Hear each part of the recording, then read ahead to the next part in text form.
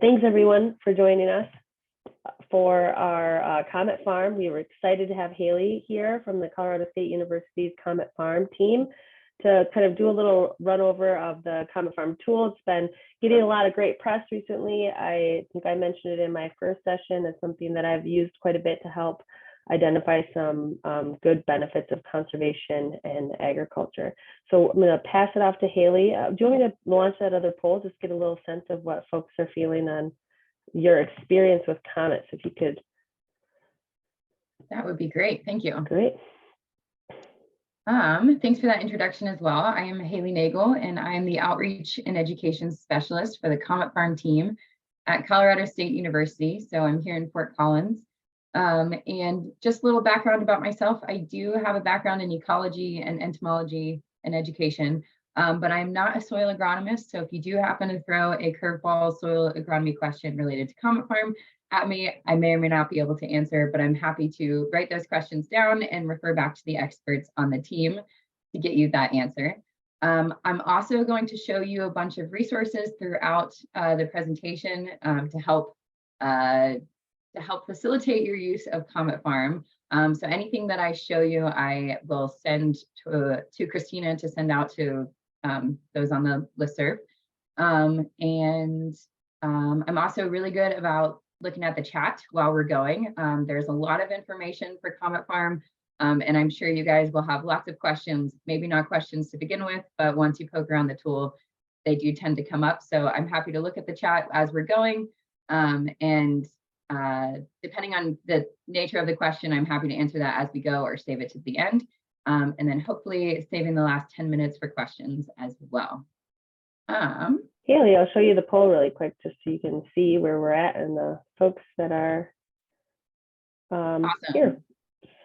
Okay, great. So most people have not used COMET Farm, and a few people have used the cropland section, which we're going to do a demonstration of that today. And no one's used agroforestry, which hopefully we'll do that as well. So what I've got going is I'm on the COMET Farm homepage. And every time you come to COMET Farm now, you'll see this welcome window, and it will come back every time you come to this page. This welcome window does outline all of the new, the most recent updates, which the big update that came was September 30th. And we switched from the 20 centimeter DACENT model, which DACENT is the principal soil carbon model that is used in the cropland, pasture, orchard, range, vineyard section of COMET Farm, as well as any of the soil related practices that are included in COMET Farm. So we were originally modeling at 20 centimeters, the top 20 centimeters of the soil. Now we are modeling the top 30 centimeters, which aligns with the national inventory. We also made a switch from using empirical equations to model direct N2O emissions. And now we are using DACENT to model those direct N2O emissions. If you're interested for a detailed breakdown of the differences between the 20 centimeters and 30 centimeter model and how this might impact your project, realize 75% of you guys have not used COMET Farm before, so it won't impact any of your non-existent projects. But if you did happen to run COMET Farm on the cropland section before September 30th, or run a COMET Planner run, then if you ran the same exact run after September 30th, your report might have changed a little bit, in which case you can look at this version comparison to figure out the details on how that could have changed. Some other improvements that we're going to look at are some new features that might reduce your time inputs for putting in conservation practices, as well as some accessibility fixes towards the help documents and navigating through the tools. And then there is a new available water holding capacity report, which we can look at since we're going to be doing a cropland project here. So I'm going to exit out of this page and poke through or show you guys some things on the COMET homepage that you might want to refer back to. The first of which is the COMET quarterly newsletter. As it sounds, it comes out quarterly. So the next one will be out in December. And this In the newsletters, we usually highlight new bug fixes or new features in graphics and not just written out like in the welcome window, as well as a little bit about what the team is reading, what the team is up to in terms of what other projects we might be working on.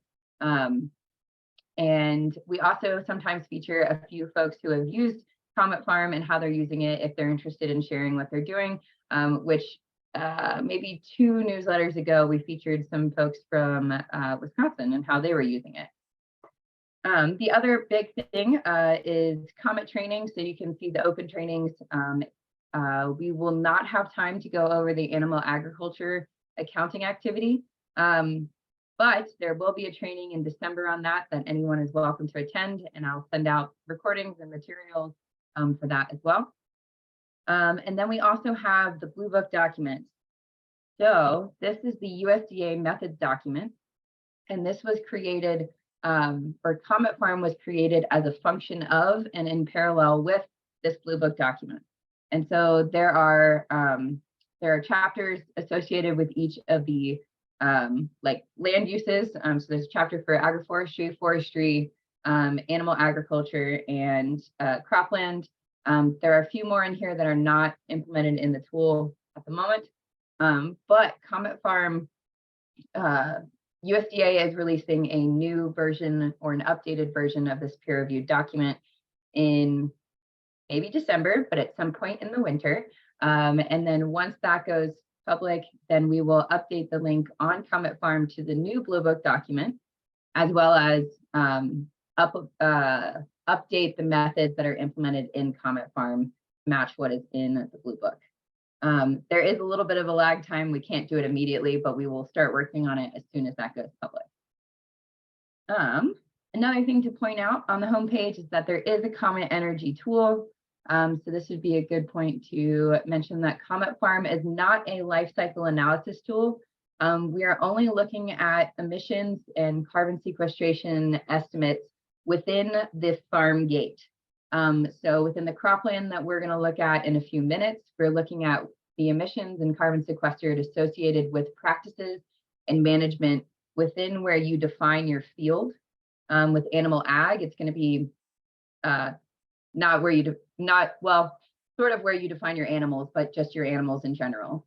If you would like to assess any fuel-related emission reductions, so perhaps you are reducing your tillage intensity or the number of passes, in which case you use less fuel, that will not be included in your Comet Farm, cropland, animal ag, agroforestry modules, but you could use this Comet Energy tool separately.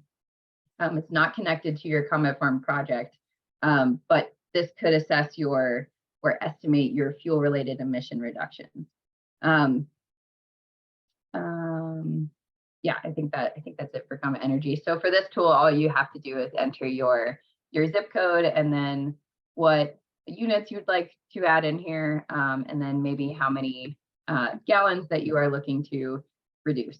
And then you are given your emission reductions on the fly. And then when you scroll down, you can add as few or as many of these as you'd like. But when you scroll down, you do have the summary of how these emissions were calculated, and a few other air pollutants that are associated with this. This is the only tool that would include the air pollutants. Comet Farm would not include that as well. Not to say that you have to use Comet Energy, but you could if you'd like to. So I'm going to exit out of Comet Energy. And then the last thing on the homepage to point out is Comet Planner that we're going to look at first. So I'm going to go to Comet Planner, which I already had a tab open. But Comet Planner also had some updates on September 30th.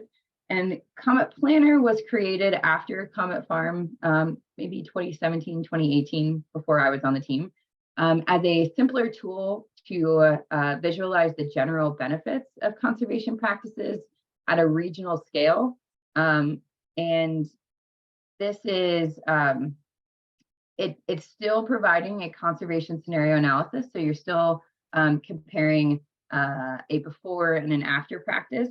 However, all of the practices in Comet Planner are tied to conservation conservation standards, practice standards. And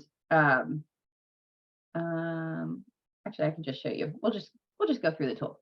So with COMET Planner, all you have to do is you provide your sample name or your project name, and then you select your state.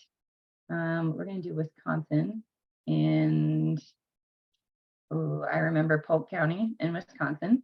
And then once you select your state and county, that means you are tying all of the baselines, the fixed baselines that we have generated from running grassland and cropland points in each of the major land resource areas around the lower 48. And we have built a fixed baseline based off of typical farming practices and planting and harvest dates based off of the crops that are included in the cropland data layer. And then pulling in those, the management, the fixed management, such as the fertilizer application rates and dates, annual planting and harvest dates, to build a fixed baseline. And then we superimpose the conservation practice standards. So if we had actually applied those practice standards, that practice and the baseline is then run through the Comet Farm API in order to generate a whole sample data set of the management practices, of these management practices if they were implemented in this region. And I realize that is a little bit confusing when I don't have time to show you all of the slide decks. So I will be including the introduction video, which is about 17 minutes, that goes on the background of Comet Farm and Comet Planner and how Comet Planner dataset was created. So with Comet Planner, you just need your state and your county, and then you select your conservation practice class, which we could just do cropland management. And then you select from your practice standards. So maybe we were reducing our tillage. So maybe we were going from intensive to no-till on non-irrigated cropland. And so by selecting your practice implementation here, you are selecting your baseline. So our baseline here would be intensive till and whether or not it was irrigated or non-irrigated. And then what practice you would like to go to, which in this case was strip till or no-till. And as soon as you add it in step 3, it will populate the table down in step 4. You can add as few or as many of these as you'd like. We'll just stick with 1 for now. And then you enter your acreage. So maybe we were applying this to 150 acres in Polk County, Wisconsin. And because Comet Planner is running on a fixed baseline, we don't have to wait for the results. You're getting on-the-fly reported values of, I believe, I think maybe only 1 practice will impact methane here, but you get your on-the-fly emission reduction. And so our values here are going to be summarized. All values in Comet Farm are going, or estimates are going to be summarized in terms of metric tons of CO2 equivalent. However, if there's anything you pay attention to in the Comet Planner section, it would be this part, that these are the average annual metric tons of CO2 equivalent over a 10-year period. A positive number in Comet Planner is going to indicate a reduction in emissions or a practice benefit or an increase in carbon sequestered. So by switching from intensive to no-till or strip till on non-irrigated cropland in Polk County, Wisconsin, that would be the equivalent of 65 metric tons of CO2 equivalent reduction over an annual reduction over 10 years. And so there is an assumption in Comet Planner that any annual practice such as no-till would be completed annually over the 10-year period. And then any practice such as the woody plantings, which may or may not be available in your area, but I have a backup in case it's not. Any of the woody plantings or herbaceous, cropland to herbaceous covers, that would be, you implement it in year 1, but it is maintained for the rest of the 10 years. For any of the practices that you're like, I'm not sure if this is the practice that I want, I'm not sure what COMET Planner is modeling at this point. If you click on the little info button to the left of the practice, we do take you to, you have the option to go to the full NRCS Conservation Practice Summary, which is a few pages, or you could go to the COMET Planner one-page summary, which is also, you can find all of these in the COMET Planner report. And this will give you a brief overview of what is in the NRCS Conservation Practice Standard, but also tell you exactly what COMET Planner is modeling, and then how it was modeled as well. And so there's a page for each of the practices and each of the implements in the COMET Planner report. So each of the practices that you add will have a little info button there. And if you want to delete the practice, you can just click the delete and it'll go away. The one thing, it does only take 4 steps to generate your report here for COMET Planner. However, if you do navigate away or you refresh your page, it will disappear, but it did only take me like 2 seconds to add everything in. So it's really not the end of the world, but if you would like to save your results, you can always download your COMET Planner reported values, which I would recommend, just on the off chance that maybe you ran a COMET Planner run before September 30th, before we made that DaySet 30 centimeter change, and then you ran the same practice after September 30th and you're getting different results. You can refer back to the date in which you ran it and then view our change log to figure out, okay, what happened on September 30th. And my internet is being a little slow right now, so the PDF is not opening, but it'll open in a second, I think. Let's see. And then at the very bottom of the page, you can see your emission reduction coefficient. So in the general report, you're only getting CO2 and N2O, maybe methane, depending on the practice that you added. But if you scroll to the bottom, you can see the detailed emission coefficient reductions. And so by clicking on that, you can see each of the subsources and their coefficients. So of the, let's see, of the 61 value that we're getting here for 150 acres, most of that is coming from your soil carbon. And so too, if depending on the practice that you had in here, you might see different values here. But to get soil carbon related values, you would just multiply the coefficient times your acres. And then our 4 metric tons of CO2e here for nitrous oxide, some of that is coming from direct and some is coming from indirect. So if you'd like to break it down on direct or indirect, you could look at the emission coefficient reductions and multiply these values. Well, actually there's a 0 for indirect. Multiply these values times the acreage to figure out the subsource emission reductions. So the last few things for COMET Planner is that the entire COMET Planner data set is available for anyone to download, so long as you fill out a little bit of information and you review the very, very minimal terms of use, which is that just that you would attribute the COMET team for the data set, and or you would also update it as a new data set is available. As you guys are in Wisconsin, you won't need to use the California Healthy Soils tool.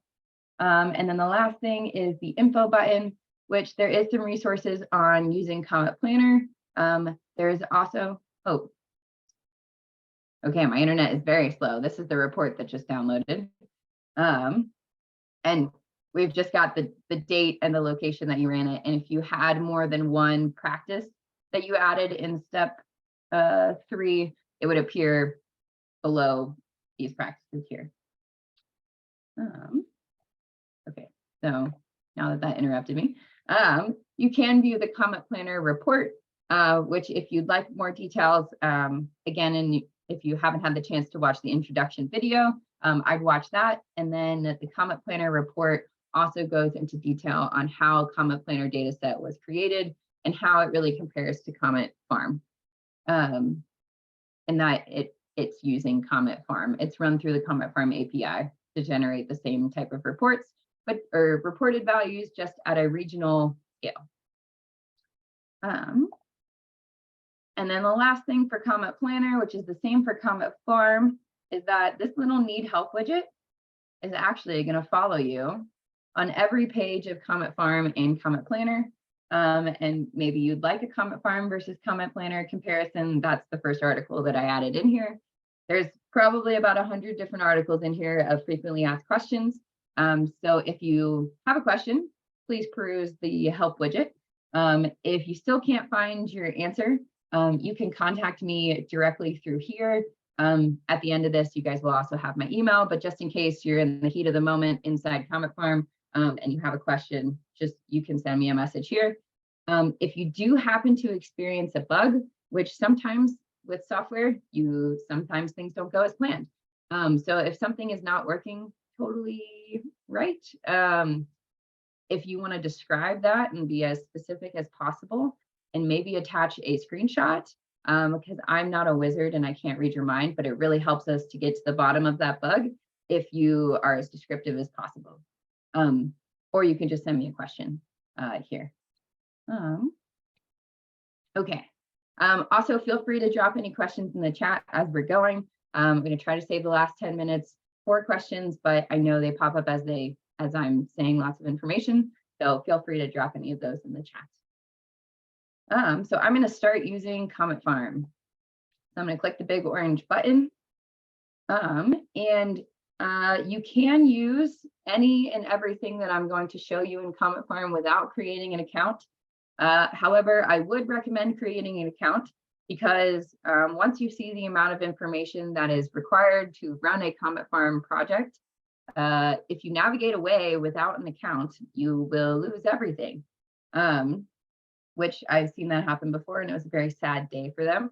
But if you do create an account, then you are the only one who has access to your account and the projects within your account, unless you share your login credentials, or if you happen to run a report, you do have the opportunity to export a project.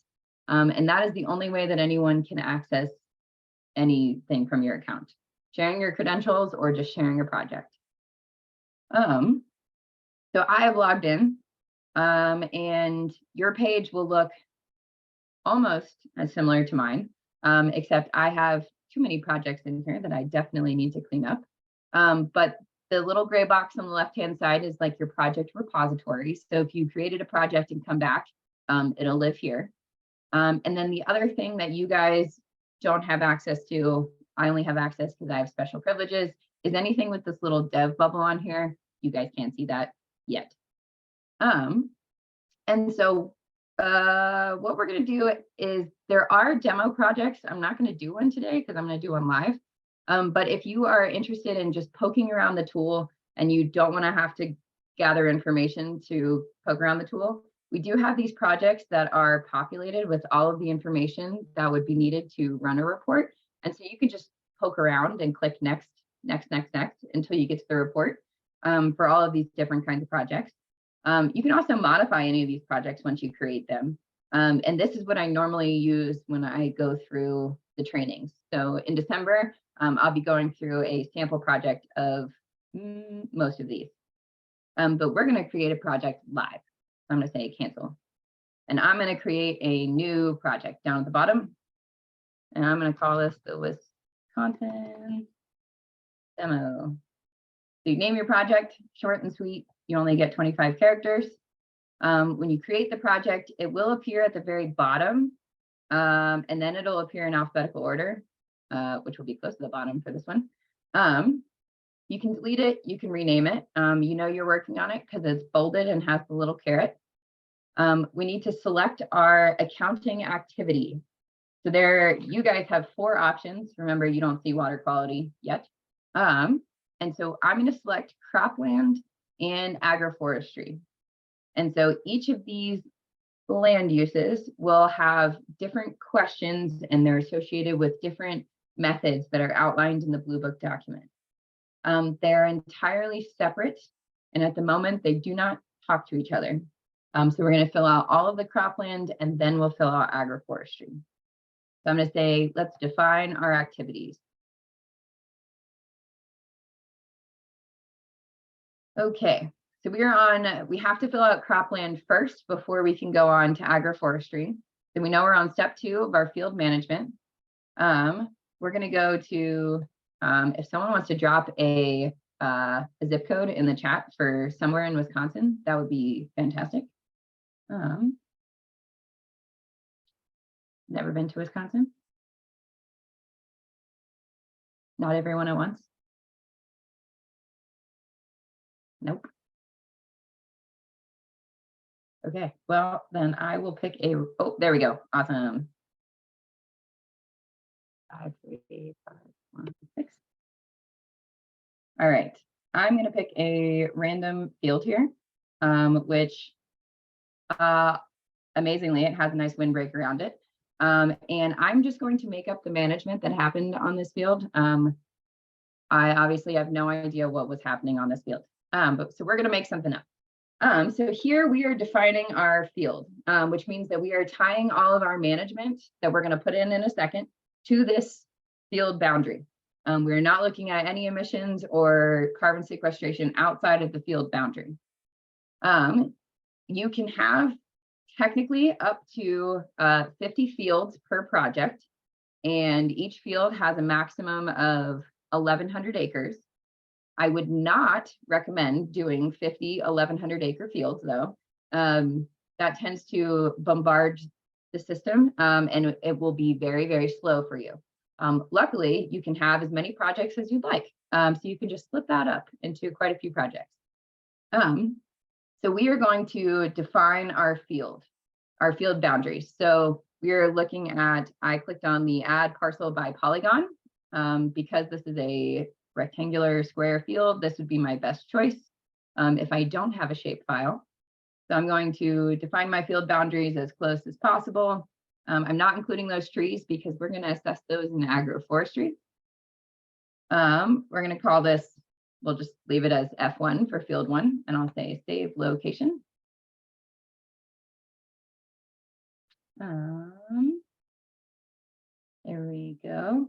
If I had a circular field, you could do a add parcel by circle and just draw out the radius of that circle. You could also do a parcel by point.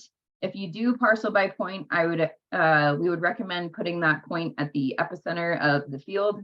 And then you'll type in, there we go, you'll type in the acres for that field. And then the other option is to upload a shapefile. If you are going to upload a shapefile, please, please, please read the how do I upload a shapefile article in this little help widget. It is not the most intuitive, and hopefully in our redesign next year, we'll make that better. If you would like, you can drag around your parcel. You can modify your parcel's edges if maybe you wanted to change the size of your parcel. You can delete your parcels. You can delete all of your parcels. If you do delete your parcels, make sure that you really want to delete your parcel, because after you reach this page and you say, okay, there's no going back.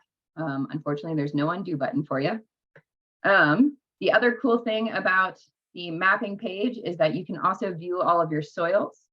So Comet Farm is using the Surgo soil database to add in baseline soil carbon and any other soil related values that DACENT uses to generate soil carbon and soil carbon sequestration estimates.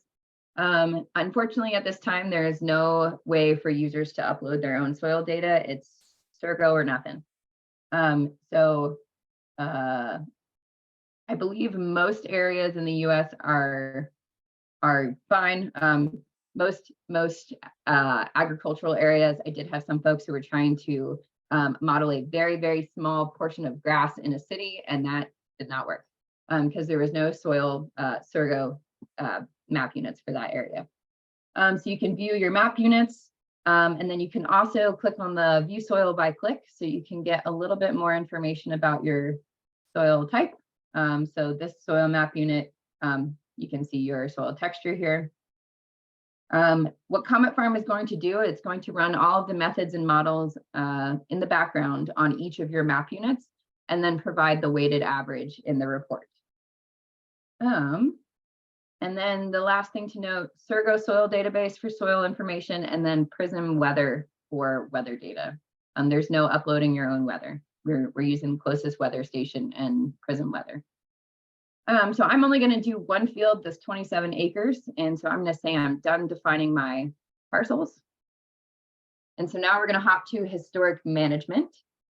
You have to fill out all information on this page for all parcels before you can move on to the next page.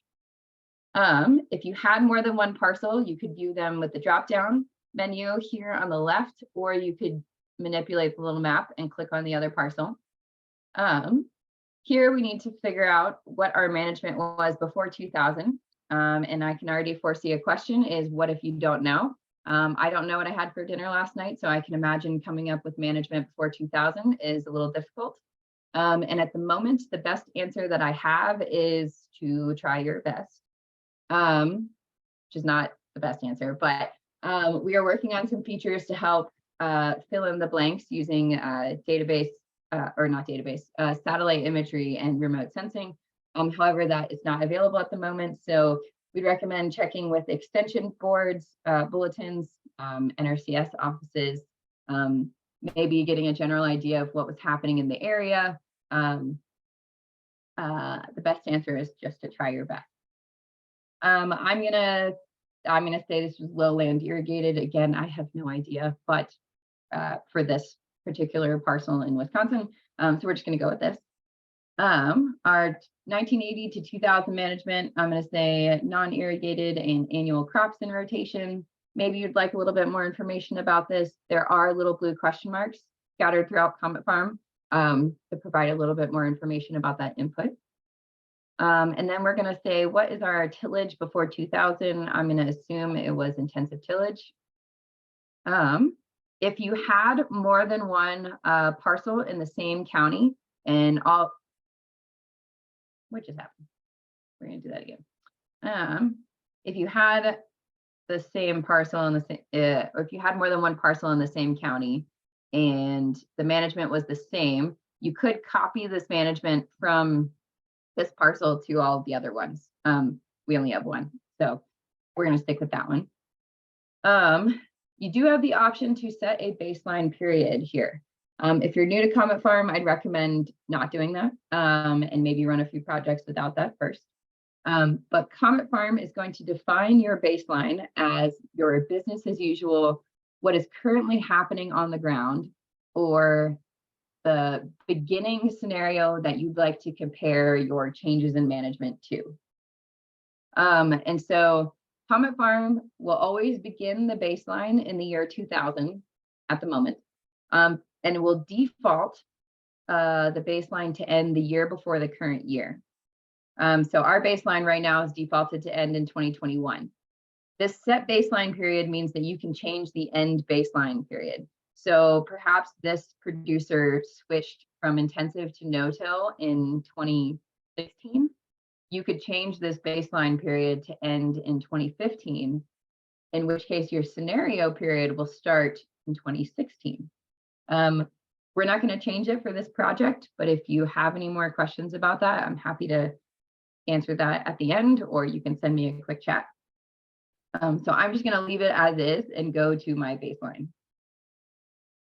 Our business as usual before they decide to make a management change. So when you come to your baseline management up here, you're given the option to add a crop rotation from our default bank, or you can say no thanks and add everything in there manually, which I'm going to show you manual first, and then we'll go to the crop rotation. Actually, I'll show you the crop rotation first. So you can populate, we've got 21 years of baseline information to add in here, which again, I understand is a lot of years to know a lot of management.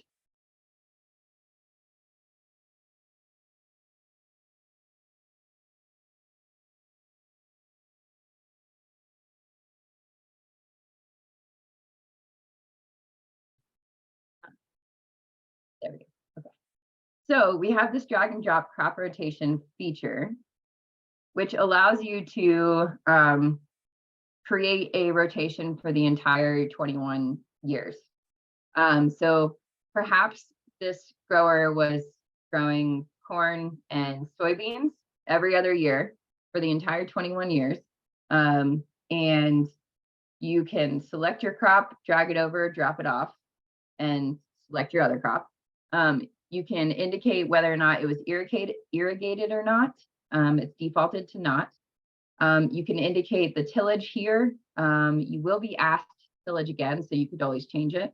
And then when I select create rotation, we're going to populate the entire baseline with typical planting and harvest dates for the region, as well as typical fertilizer application rates and dates. But anything that Comet Farm defaults, you as a user can change anything, unless it's grayed out in a box, but most of the time it's not. So by selecting that drag and drop, we have populated every other year with corn, soybean. We've populated with a planting date and a harvest date, typical yield and residue removal. You can change any of these. So I could say 150 if I really wanted to, if I knew it was different. I could add additional harvest dates. So maybe it was something that you harvest more than once. You could add multiple harvest dates. Maybe I didn't mean to do that, so I can delete those. You can change the dates. Unfortunately, you can't type the dates in. You have to go manually, which is mildly annoying, but work with us for now. We're going to fix that. You can add grazing events. You will get a little notice if you don't have animal ag, because your enteric emissions will not be reported in the cropland section. Those will only be reported in your animal ag section, which we didn't have. And I'm not going to add grazing for my corn here. But you could if you wanted to. And so once I've added information to this page or modified anything, you can go to the next page, which is tillage, which this is populated because we use the drag and drop. But if you wanted to modify the tillage date, you could, or modify the tillage type, you could. If you want to see how Comet Farm models each of these tillage classes based off of, maybe you have a different name for your tillage, but you'd like to see which one would be the best fit, you could use this little table. An important thing about crop and planting dates is that you want to make sure anything with the word tillage in it does not occur between your planting and a harvest date. DASIN, the principal soil carbon model, will assume that you killed your crop. So just make sure your tillage, if it ends in the word tillage, occurs before or after planting and harvest. Then you can add irrigation. We didn't, but you could if you wanted to, and add, you could do a single irrigation event, or you could do, maybe you irrigated weekly the same amount. You could do that. You could add multiple irrigation events, or you could have none, like we're going to. You could add manure. We're not going to for this one, but you could, and you can change your manure type here. If you don't see your manure type, you can always say other manure and enter everything manually. Remember, anything that Comet Farm defaults, you can adjust. So maybe if I knew my manure moisture was greater than 45, you could change that. As I change the amount applied, maybe I put 5 tons, the total amount of nitrogen on this little calculator up top will change. This will show you your total amount of nitrogen between any nitrogen additions. We're not going to add any manure. We're just going to keep it as is, and go to fertilizer. Again, this is added because we use the drag and drop, but you can change anything, and you can change the total amount, whatever you'd like. Something you can't change is in the gray box, but I could delete things. I could add other events. You could add liming events if you'd like, or you could add burning events. Okay, so if you didn't want to use the drag and drop, or maybe your crop wasn't part of that 25 crops that has a crop template, you could use the drop-down menu to view other options. But options that are not in the drag and drop, you will have to add everything else manually. There's no automating that. So like cauliflower, we don't have any details on that. So you'd have to add that manually like I just showed you. So we're going to stick with corn. If you do happen to have a crop that is not currently in Comet Farm at all, one of two things: you could send me that crop and I might be able to offer a surrogate. For example, triticale, we could offer winter wheat instead and model similarly. However, not all crops are available for accounting, such as apples or onions. We don't have a surrogate in the tool, so we wouldn't recommend using Comet Farm for that crop. So I'm on the last page of my first and only crop of the very first year. So I'm going to go down to the bottom. Everything is populated because we use the drag and drop feature, but you can go click on each year and whatnot to go make changes. Or if you're on the last page, when you select next, you're given the opportunity to add an extra crop for up to 3 crops per calendar year. So if you had a cover crop, this would be when you'd add it. And that crop would appear right to the right of this one. And then you'd do the same thing that we just said, or just went through. But if I don't want to add a cover crop here, I could say no thanks. And now I'm given the opportunity to copy management from this year to any other year. So if I added something in manually, but I knew every other year was managed like this corn, I could copy to whatever other year and or parcel. If I had more than one field, they'd appear below here, and copy all the management from this year that's selected with the green check to other years. Or I could just do all of them. If it has a little red box, that means there's data already there. Data is already there because we use the drag and drop. If I was to copy to this 2001, which I'm just going to do it, it will overwrite what you have in that. It overwrote what was in my soybean. So there is, again, no undo button. So if you want to copy, just make sure you do want to copy.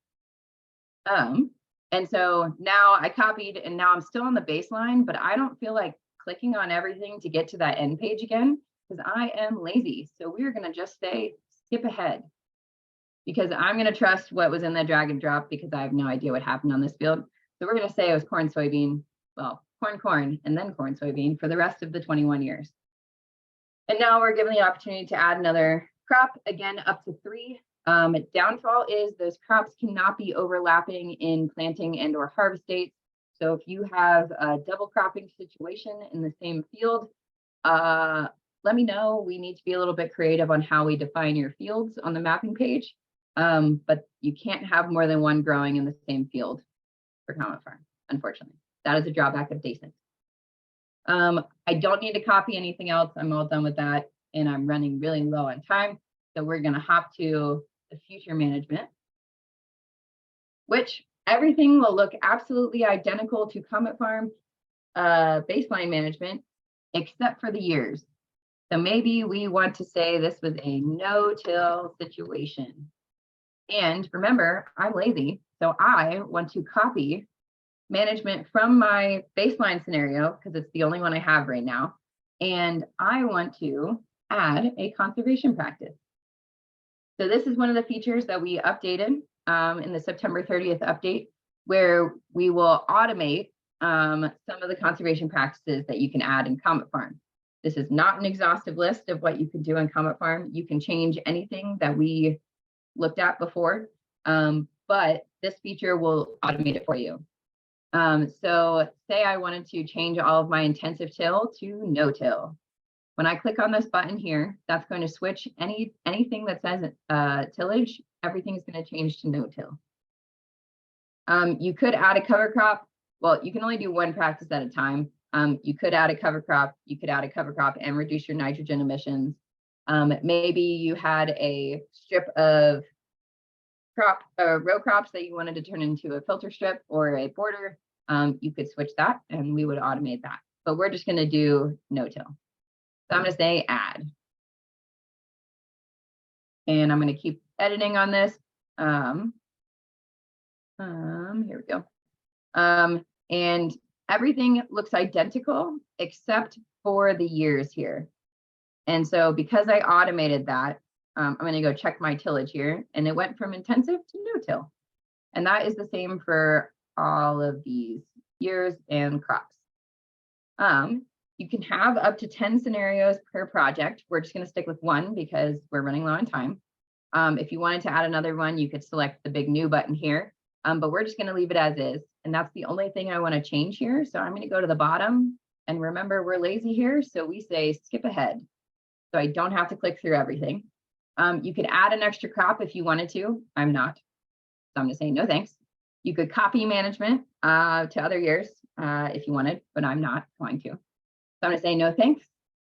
And everything is completed for cropland. So I'm going to hop to agroforestry and fill this out super quickly. So for the agroforestry, we've finished with field. Now we're on agroforestry. We're going to go to Wisconsin. And to be honest, I have no idea what county that zip code was in. So I'm just going to put in Polk County again. And I'm going to say next. So our corn and soybeans are in one place and our trees are going to be somewhere else, but we'll assume it's in the same county. With agroforestry, we're looking to assess like groups of trees, which is different than forestry. Forestry module would be like if you're looking at a really large stand, but we're going to assume that we want to look at this field had like a windbreak around it. So we're going to just look at those trees. You have two ways to define your agroforestry system: entering everything manually, or a defined scenario if it's available in Comet Farm, which we actually do have one here. So we're not going to use that. I think that the aerial view said it only had one, it looks like only one row. But if you wanted to, you could use a defined scenario. And maybe we know that this stand has been there for 10 years. And it takes up maybe 5 acres. I don't really know, but we're going to go with that. For this particular area of Wisconsin, we're assuming this is the makeup and this is the amount of trees per acre. I'm going to add that scenario here. And then the report will break down based off of those tree species. If you don't have a scenario, which a lot of Wisconsin does not, you could enter your own information, but know that once you do that, the defined scenario will disappear if that was available. So we're going to assume we're going to define this species, the species group. And I'm just making this one up. And so perhaps we had Alaskan cedars. I don't know if that happens there. And we know that these guys are 10 years old. And maybe in that entire stand, maybe there was 200 trees. I don't know. But we're going to assume maybe there's 200 trees. You have the option, depending on how many you're looking at, to view this in a per acre or the whole operation. You have a limit of each entry to be a max 999 trees per entry. And so it just depends on how you want to look at it. So we're just going to go with, there were 200 10-year-old Alaskan cedars wrapped around this windbreak. So I'm going to say next. And I'm going to continue to the report. You could add more trees if you wanted, but we're not going to. And now, because it's a cropland report, we're going to wait a few minutes to generate the report. And this would be a great time for any questions while we are waiting for this report to generate. Feel free to drop those in the chat or unmute yourself.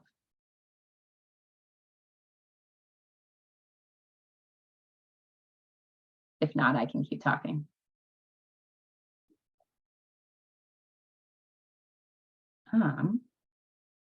Okay, so while we're waiting, there are a few things I want to show you guys. I said a lot of information on how to create a cropland project.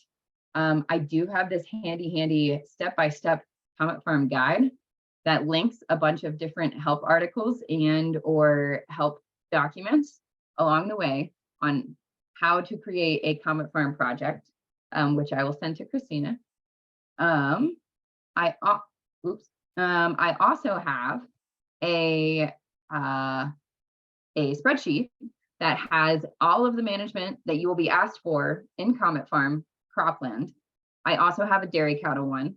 And it's broken down per parcel and then by scenario or each section. So historic management, baseline, and future management. When I share this with Christina, I'll share an Excel version of it. And I'll also share a Google Sheets version. The Google Sheets version will will force you to make a copy of it, and then it'll live in your Google Drive, and you can do whatever you want with it, and you're the only one who has access to it. It does have all of the drop-down menus that you will see in Comet Farm, but it does not have any of the default values that you could change in Comet Farm. Drawback of this document, it is only for organizational purposes. It is not for uploading to the tool at this time. Someone just wanted to use it so they could go into the field and talk to a producer and gather all of the information that is needed for Comet Farm and then go back to Comet Farm. Yeah, so I will send you these. Christina, it looks like we do have a question for you. And right before I answer that question, Haley, I will mention that especially in the water website, we do highlight Comet Farm, and I do have the Google Doc for the cropland. You have to make a copy of it, like you were mentioning. I do have that saved to our website. So if you navigate to our climate, into our membership hub, and I'll make sure that gets into the final notes too, because I have found that to be very helpful in collecting information. Awesome. And Scott, that is a great question. I know that there are some NRCS folks on this list. I do not see Wisconsin as a state yet. I don't know if we have options within our cost share programs to do Comet Farm plans. I know there's a lot of changes coming from the federal government with the new Inflation Reduction Act. I don't know if those will be cost shared, but I know a lot of the practices and perhaps some of these greenhouse gas emission reductions tied to them. I think that is all really going to be worked out as NRCS National kind of rolls out that program to each state. So I guess I will say stay tuned to see how that ends up, unless Eric or anybody on the call wants to chime in. I do have another question as to whether or not Comet Farm or Comet Planner could be used to access management practices across an entire county, and such as what emission impacts could be associated with maybe 25% adoption of conservation practices. And at this time, no, you would need to enter exact acreages. I think Comet Planner would be better suited. You would need to enter exact acreages into Comet Planner that would correlate with 25% practice adoption. But there might be something soon that you could do that. But at the moment, you would need to enter individual acreages for individual practices. But maybe wait until next year. There might be something. Okay, so we have the report, which in the last 3 minutes, I'll go through that. And then any questions that I don't get answered, I will answer on a follow-up email, and or any questions that you guys have, I'll send out a poll or something. So on the Comet Farm report, it did take us 2.5 minutes to run this report because we are running all of the models and the DACENT model, which is the daily time step process model to assess the carbon sequestration up to 30 centimeters for every day of the baseline. We are also running it on a per map unit and per scenario basis to provide a weighted average here. So the more scenarios that you have and the more map units included and the more fields you have, the longer it will take to generate a report. And so we only have one field, luckily, so it didn't take too long. We've got our source, and then you can extend these to view the subsource categories. We have our scenarios going across the top x-axis.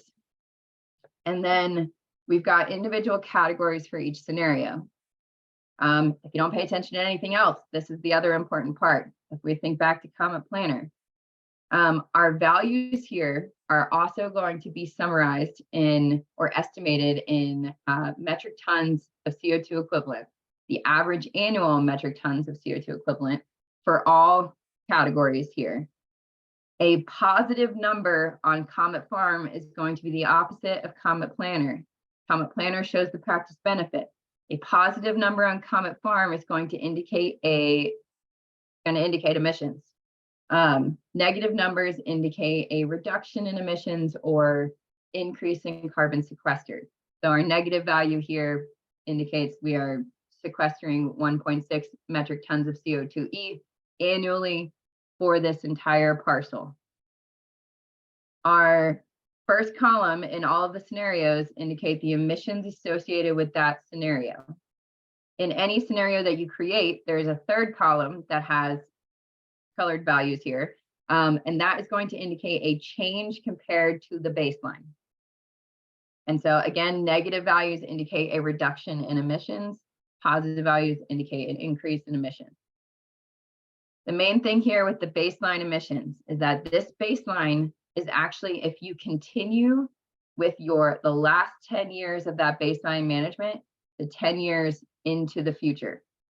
So these two scenarios here are on the same time scale of 2022 to 2031 or 32.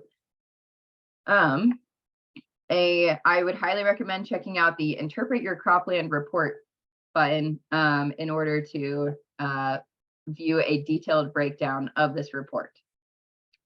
On a side note, we do have uncertainty values for everything except for, let me refresh this, except for soil carbon and direct N2O emissions.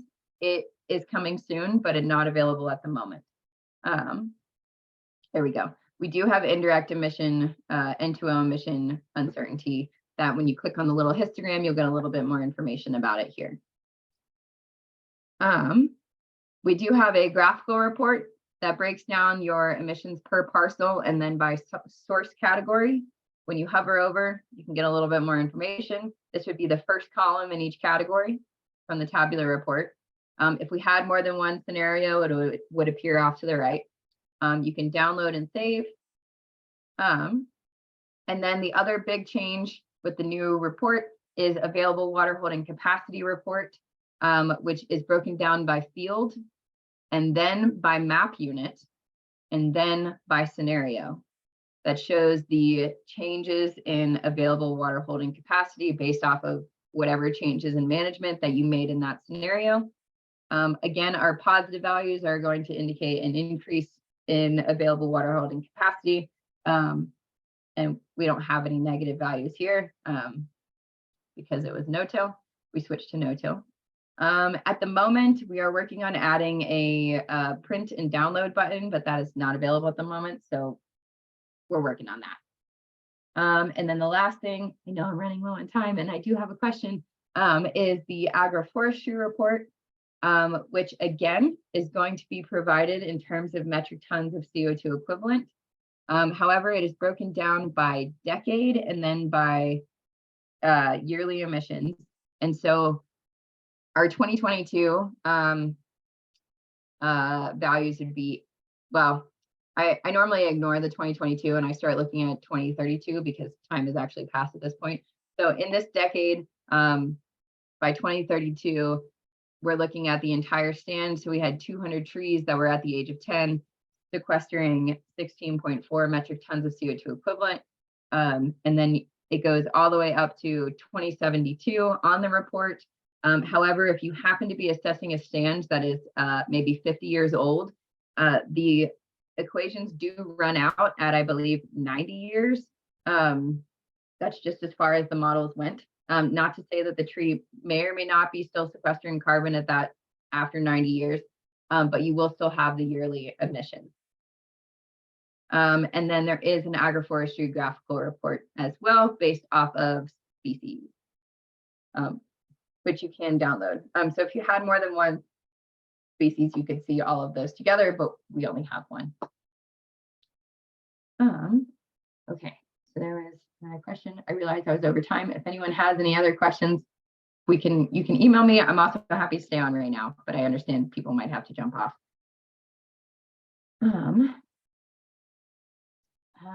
We've got a question from Scott. In northern Wisconsin, hybrid poplar is a common species used for windbreaks. Is hybrid poplar listed as an option in the drop-down menu? I do not know, but we can check. Yeah, I looked it up while you were going, and it's aspen, cottonwood, poplar. It's kind of all one species. And I know that's been a little issue that I've had, is not all of these tree species are, you know, exactly perfect for what we're doing in Wisconsin. They don't match up, you know, realizing that this is a national tool. And so I've spent a lot of time doing like other, but I think for now, what our purpose is so far and the way that I've used Comet Farm is really doing just these assessments to get a good idea of the potential. And I think I've heard you say that a lot throughout this whole thing is, you know, these are just estimates. This is potential for the purposes that we are working on in conservation in Wisconsin. We are not counting these credits necessarily. Not all of us are. So, but I think this is a really great tool. One of the things I've used the agroforestry section for is to think about how maybe your tree sale, your county tree sale, has impacted your community. If every one of those trees that you sold, there are no bushes, but I think the shrubs aren't available, but the trees are. And I think that's been kind of a fun way to think about what your impact is at a county level through your tree sale program. But yeah. Any questions for Haley? I know it's a little over time, but I'm gonna stop recording because that always helps get those questions going too. Thank you so much. I'll stop recording, and we really appreciate it, and we'll make sure we get all that information out to everybody.